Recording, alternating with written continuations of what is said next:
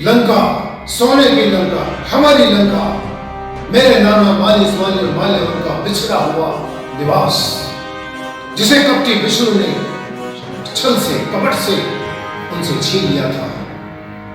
लंका को फिर से प्राप्त करने के लिए मेरे नाना सुमाली का आदेश अनुसार माता केकसी को भी पुलस्त्य ऋषि पुत्र विश्रवा से विवाह करना पड़ा। लेकिन दुष्ट कुबेर ने अपना आधिपत्य नहीं छोड़ा।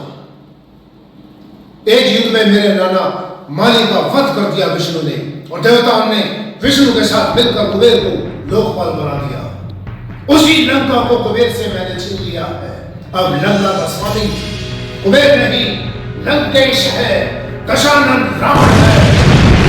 अब मेरे महाबली पूरे ब्रह्मांड में लंका का ध्वज फहराएंगे, हमारा ध्वज फहराएंगे। कुबेर को लंका से खदेड़ कर बाहर कर दिया है और उसका पुष्पक विमान भी छीन लिया है। अब राक्षस जाति का एक ही रक्षक है, दशानन रावण। अब समा गया है जब सभी आर्य और नार्य जाति को एक ध्वज के नीचे आना होगा, और जो हमारा देश नहीं मानेगा उसका मस्तक धड़ से अलग कर दिया जाएगा। सुन लो वरुण, सुन लो, लंका के तटों पर कभी ज्वार ना आने पाए। अपनी उफान भरी लहरों को थाम के रखना। सुन लो सूर्य, तुम्हारा ताप कभी लंका पर बढ़ने ना पाए। अपने ताप को जरा संयम में रखना। पवन देव, तुम भी सुन लो, लंका पर तुम्हारी वायु सदैव शीतल रहे, लंका पर सदैव शीतलता रहे। और अग्निदेव, लंका के घरों में, लंका के घर में, किसी भी चूल्हे में अग्नि कभी शांत नहीं होनी चाहिए।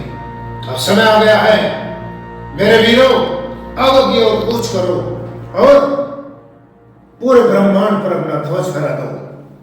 मामा मारीच, अपने रथ की गति तनिक तेज करो और उसका रुख कैलाश पर्वत की तरफ मोड़ दो। अब लंका का दशानन का ध्वज फहराएगा कैलाश के ऊपर।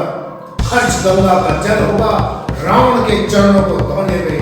एक ही नाम गूंजेगा ब्रह्मांड के कोने कोने में, दशानन, दशानन, दशानन। वरदान मिला है ब्रह्मा से, मुझे कोई मार न पाएगा। एक शीश कटा, कोई गम नहीं, फिर दूसरा शीश आ जाएगा। अरे बाबरो, विधाता ने बनाया है जिस राम को इतने चाव से, उसकी हस्ती को कैसे मिटाएगा। लंकेश, दशानन, रावण।